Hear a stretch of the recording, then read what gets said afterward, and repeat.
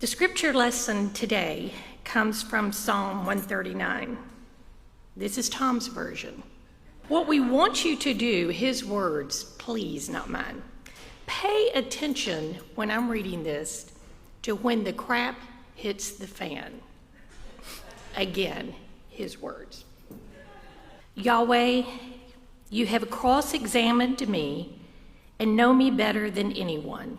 You know when I settle in and when I move about. You see my thoughts before they're even fully formed.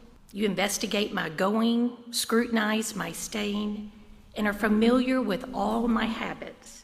Before the words escape my mouth, Yahweh, you can finish my sentence. Top to bottom, you have molded me, your hand always on my shoulder. Frankly, your knowledge overwhelms me. I cannot comprehend it all. Where could I even go to evade your spirit?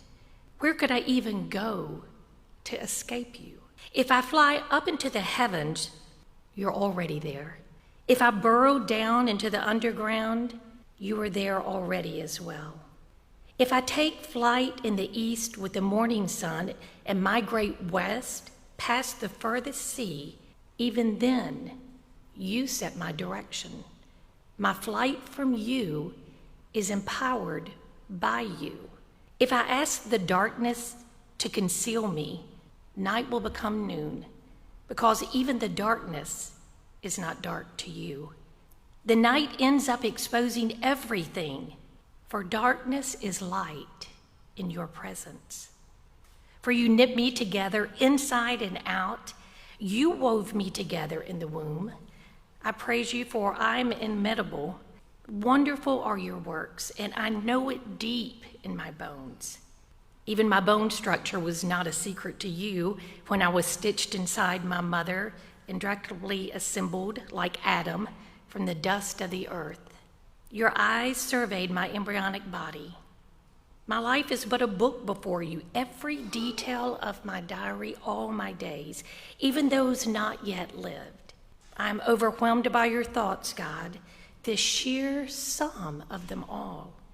If I try and count them, they outnumber the sand. I would have to stop counting. I could never exhaust you. So then get rid of the wicked, God.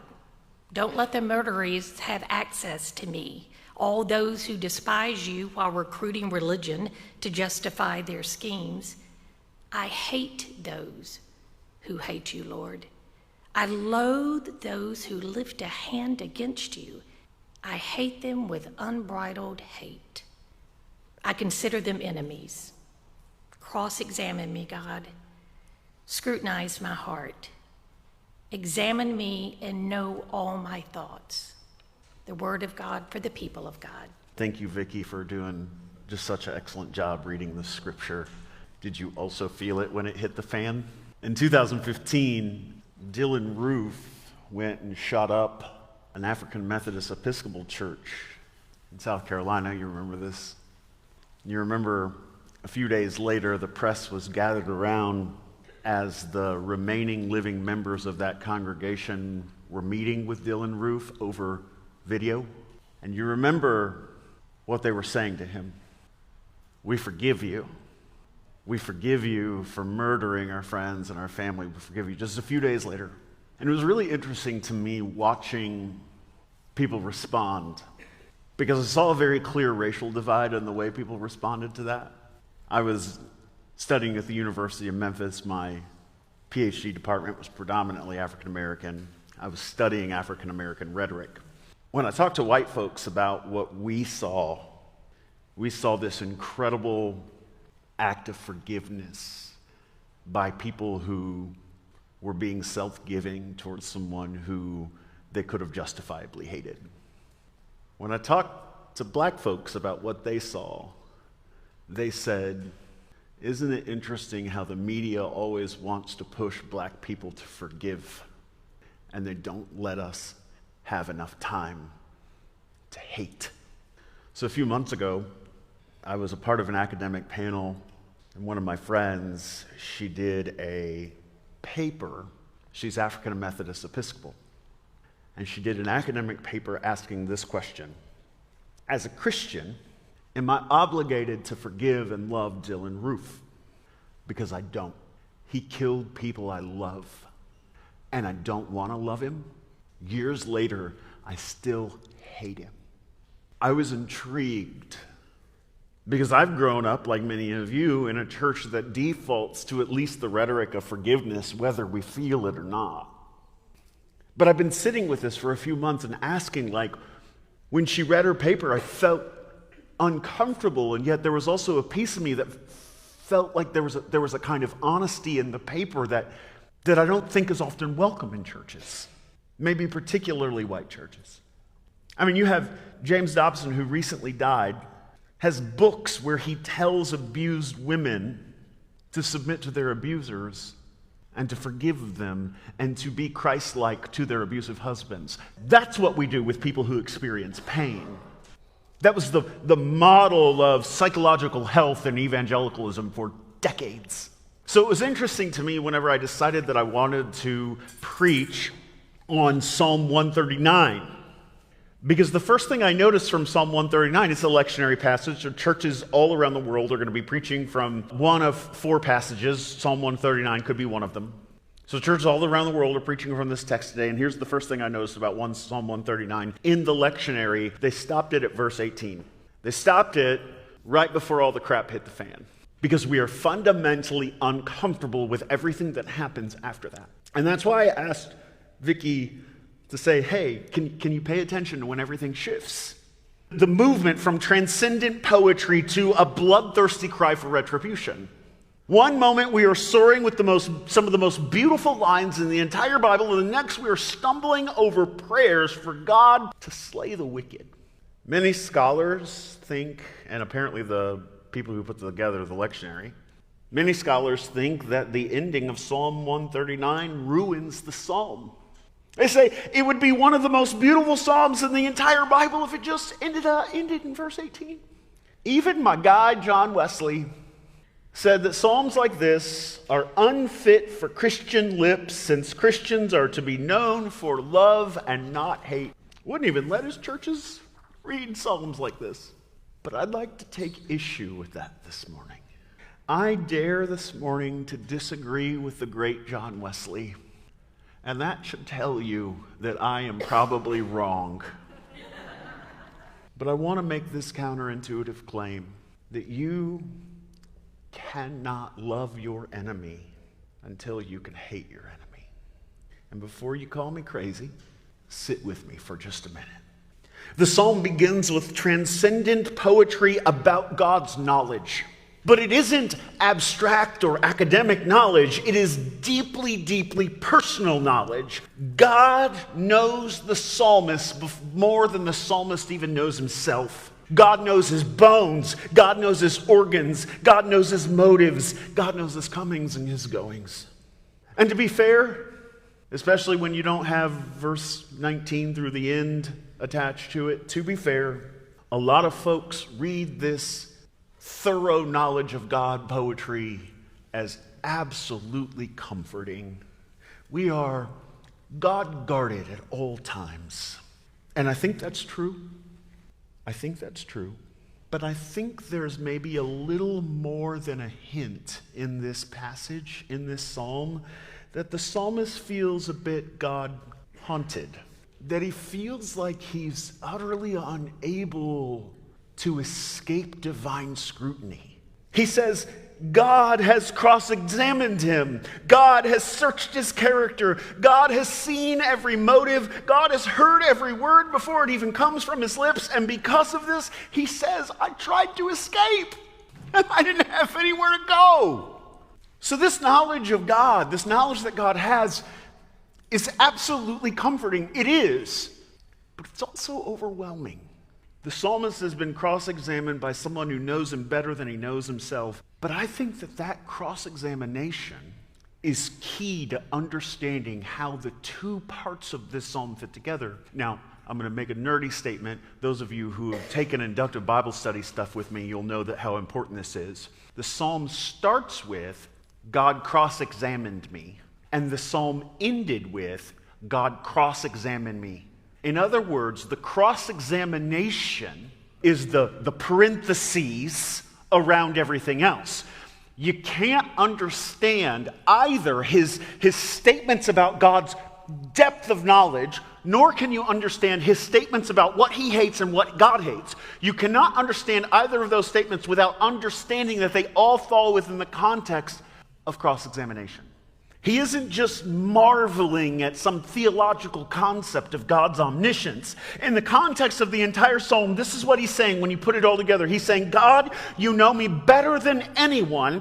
You know my motives. You know I am innocent of what my enemies are accusing me of. So defend me.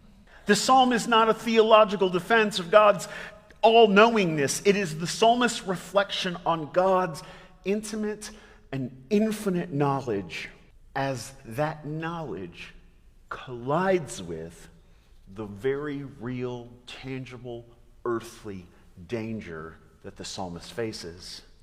It collides with the fact that the psalmist feels fully and thoroughly and overwhelmingly known by God, and yet at the same time experiences this threat by these enemies. It is this juxtaposition of these two things that erupts the psalm in hatred. And two clues help us understand this. First, he says it clearly. He says, God, I fear for my life. Do not let the murderers have access to me. And then second, he says his enemies are invoking God's name to justify their violence. I translated it as all those who despise you while recruiting religion to justify their schemes. In other words, what are they doing? They're using God's name in order to justify their violence toward him. So he appeals to the one judge who knows all things. God, you know the truth, rule in my favor. And in that desperate situation, praise of God and hatred for enemy make sense together. God knows everything, but his enemies only know their own limited perspective.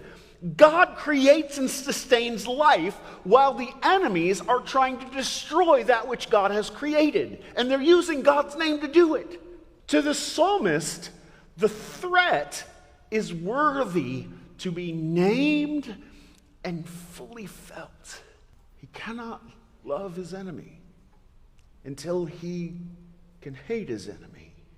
He knows that it matters that we name what we hate. I remember when I worked at the church that shall not be named, I had a boss who would pull me into his office, and it would be just me and him, and he would berate me, and he would question my motives, and he would insult me, and he would make up stories, to the point that I just felt like every single day, like I just knew I was going to get a text that says, come down to my office, and I have to go down there and just endure this. And so just like day after day, and I had this one other employee that I felt connected to, and so one day I went into work, and this thing happened again, and I leave my boss's office. I go down to my friend's office, and I just walk in. I was like, I hate him. I hate him. And I remember thinking to myself, I'm not supposed to hate. Why do I hate so much? Does this mean that something is wrong with me because I hate? Does this mean that I don't love God enough because I am having trouble loving this person who is literally a threat to the well-being of my family, not to mention my own psychological well-being? I hate him. Naming what you hate, naming the wound, naming the betrayal, naming the threat, naming what you hate is the first step to healing. And healing is the soil of love. Suppress hatred, and it festers like a cancer. You pretend it's like that, not there, and it's just going to grow. But you name it, and you're creating space for something beautiful. And that beautiful does not happen right away. But there is no space for it if you can't name it. It'll never happen if you can't name it. This is why I think the South has produced some of the nicest, most vindictive people you will ever meet. Have you ever seen that meme that's the map of the United States and it's divided into 4 quadrants? And on the top, the northwestern part of the United States, it says, acts nice is nice. And then the southwest, it says, acts mean is nice. And then in the northeast with all the big cities, it says, acts mean is mean. And in the southeast, it says, acts nice is mean. I think the South has produced some of the nicest, most vindictive people you will ever meet because we are convinced that we are spiritual because we suppress our hatred instead of admitting it. This is why in the South we don't say anything directly, because we don't often even say it directly to ourselves. We're not allowed to. That's not nice. That's not Christian. Okay, is it Christian to lie? Is it Christian to lie to ourselves and other people? This is why I think John Wesley was wrong. The Psalms don't sanctify hatred, they sanctify honesty. Here's what I'm learning, and this is about me. Maybe this is not about you at all, but I suspect that you're also human. I am learning as I daily try to follow Jesus that the deepest inhibitor to my ability to grow spiritually is an inability to even be honest with myself about me. I have all these defense mechanisms that I've built up inside to protect me from getting hurt from other people that I've built up since childhood. And I want to be invulnerable, right? For those of you who are Enneagram people, Enneagram 8 right here. I want to be invulnerable. I want to protect myself and other people from ever experiencing hurt. But on the inside of that is what I'm really doing is creating an inability for me to feel. I'm protecting myself from having to feel. And that inability to feel makes it difficult for me to see where God is at work. It makes me difficult for me to be honest with myself. I can't tell you what I hate or what I love if I'm not ever been allowed to name what I hate. Let me say it this way. When we shut down certain feelings, we don't have the ability to just shut down those individual feelings, as if I can just be like, well, I shut down hatred, but now everything else is still intact. No, these things are like the electric circuits where they're all connected to each other, right? The linear circuit, right? You shut down one and like there's this catapult effect, right? Everything clicks off. You shut down hatred, it's not the only thing that gets shut down. Because hatred is connected to anger, and anger is what we use to shield ourselves when we feel sad. And sadness is connected to the fact that we feel violated, often by somebody we didn't expect to do that. So we feel like love has been violated. Trust has been violated. So when we shut down hatred, it shuts down this whole string of things. And so when the South and those of us who live in the South are unable to be honest, we shut down these God-given feelings, and we shut down, therefore, our ability to grow spiritually. The Psalms do not sanctify hatred, they sanctify honesty. They give us words for a full range of human emotion. Only when we name it can we move forward. Jesus never asked us to deny our hatred in the name of being super spiritual. Jesus asks us rather to name it. I see that the problem in a lot of our Christianized denial of this, that the real root issue here is that we're afraid. Again, maybe it's just me, maybe my self-examination is that I'm afraid. I fear that God will not love me if I acknowledge my anger or my hatred or my sadness. Because I feared as a child that if I expressed displeasure at what was happening in my family or with my parents, that I would not be loved if I expressed my anger, my hatred, or my sadness. But Psalms 139 says otherwise. Your full anger, your full honesty, your full grief, God already knows. When I busted into my buddy's office, I was like, oh, I hate him. That probably wasn't even news to my buddy. It was news to me. I didn't realize until I said it the full extent to which I hated him. My buddy was probably like, yeah, bro, you've been coming in here for 2 years. And God knew it well before that. God is already aware of these things, and your honesty is welcome before the God who knows them already. Because God, it turns out, is bigger than my contradictions. I am Tom First, and I contain multitudes. And they don't always fit together, and most of the time, they don't fit together. And God is aware of how they don't fit together, and God loves me anyway. So when we bring our worst to God, into God's presence, the Spirit meets us with honesty. And sometimes the Spirit's honesty affirms that we were wronged in what happened to us. Sometimes the Spirit's honesty is like, you know what, Tom, your boss was a bad dude. Sometimes the Spirit's honesty complicates the story. Hey, Tom, you haven't been so perfect yourself in that relationship, have you? Yes, I have. Come on, Tom. No, I have. I've been perfect, God. Every time I go in there, I keep my mouth shut and I say, Definitely don't insult him. Sometimes the Spirit just shows us that we're downright wrong. But always the Spirit is speaking to us in love, because the Spirit is not surprised by our contradictions.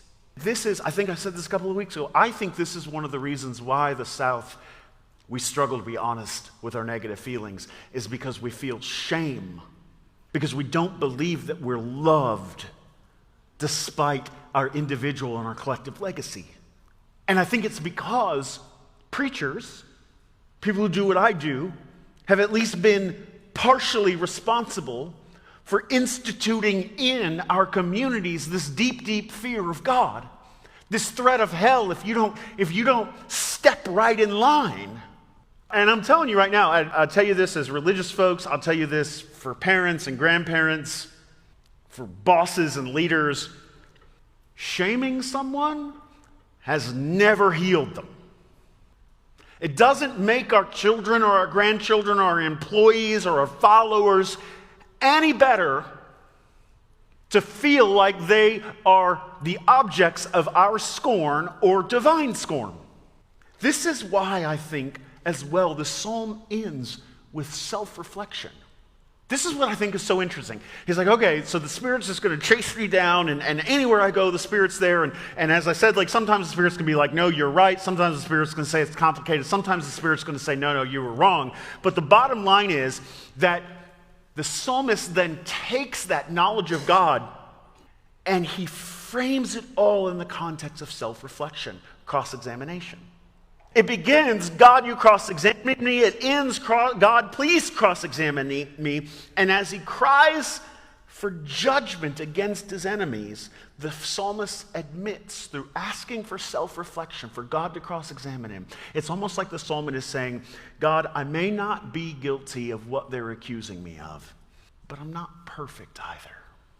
I understand that these things are always complicated. Even when it's clear that there is a clear victim, it's still always complicated. Inherent to our willingness to name our grief and our anger and hatred should also be a willingness to self-examine and self-reflect. After all, and I don't mean that in a shameful way, I mean that in the context of I know that I am loved and therefore I feel like I can open my heart honestly before God. You see, that's a very different feeling. Right? It's a very different feeling that I know that I receive from the church, which is you got to self-reflect because God is this inner critic that was given to us by our preachers. This inner critic that's just telling you got to self-reflect because there's a lot of things wrong with you that you don't know is wrong with you, and you're never going to be not wrong. I don't think that's what the psalmist is doing. In a context where I know that I am loved, I am free to be myself, and that creates safety for the self-reflection, and I think creates context for more honesty. After all, the psalmist spent the first 2/3 of the psalm praising God and God as the all-knowing judge. And if God is the all-knowing judge, then that means I am not. That means even when it comes to my enemies, even people who objectively wronged me, I can still say that that's wrong. I can still be honest about the way I feel about it because God values that honesty. But the self-reflection part means that I also admit I'm not the final judge in their story because I don't know their story like God knows their story. That doesn't mean what they did to me was right. This is not a way of denying the pain. It is simply to say, I don't get to have the final say on their worth either. I can feel my feelings while also admitting that my feelings are finite and conditional and subject to my own individual interpretation. My hatred may be real, and I need to name it. But I can also say that something I name as real to me isn't always real in reality. It may not even be real to me tomorrow when I have new information. But I can still name it as real to me today. And that, friends, I think is the good news. I am loved enough to feel hatred. I am loved enough to self-examine in safety. I am loved enough to sit patiently with my feelings. I am loved enough to trust that God can work with my contradictions. I am loved enough to heal, and I am loved enough to love. Loved enough even to love my enemies by refusing to reduce them to my feelings toward them. So the truth is that I don't think we ever achieve love by going around hatred or avoiding passages that make us feel uncomfortable. We only reach it by going through it. You cannot love your enemy until you hate your enemy. That, I think, is a pretty good communion confession, isn't it?